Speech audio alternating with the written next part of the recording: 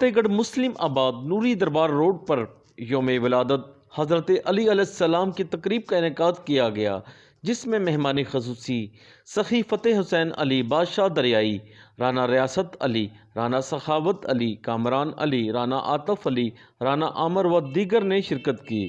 تقریب میں علامہ عابد حسین عسکری، ذاکر ظہیر عباس اسدی، مولوی انور حسین، ذاکر حیدرآباد، ذاکر جرار حیدر نے بھی خطاب کیا۔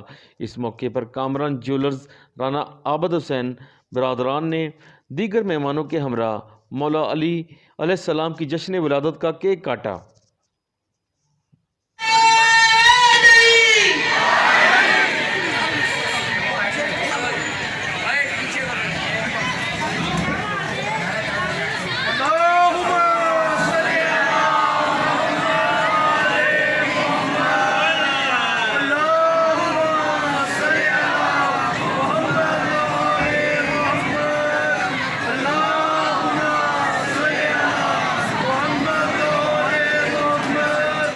کیمرہ مین فرحان شیخ کے ساتھ اسلم ابراہیم، سٹی ون نیوز، لاہور۔